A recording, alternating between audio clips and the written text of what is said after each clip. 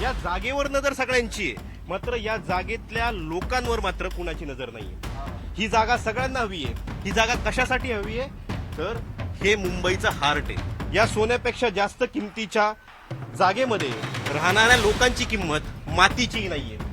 या गल्ल्या पाहू शकता, माझा एक हातही बसत नाहीये, एवढ्या छोट्या या गल्ल्या आहेत. या लहान मुलांचं फ्युचर काय, तर यांना गटारी शेजारी राहायला लागतंय, तसंच आयुष्य जगायला लागतंय आणि याच आयुष्यात यांना मोठं व्हायचंय.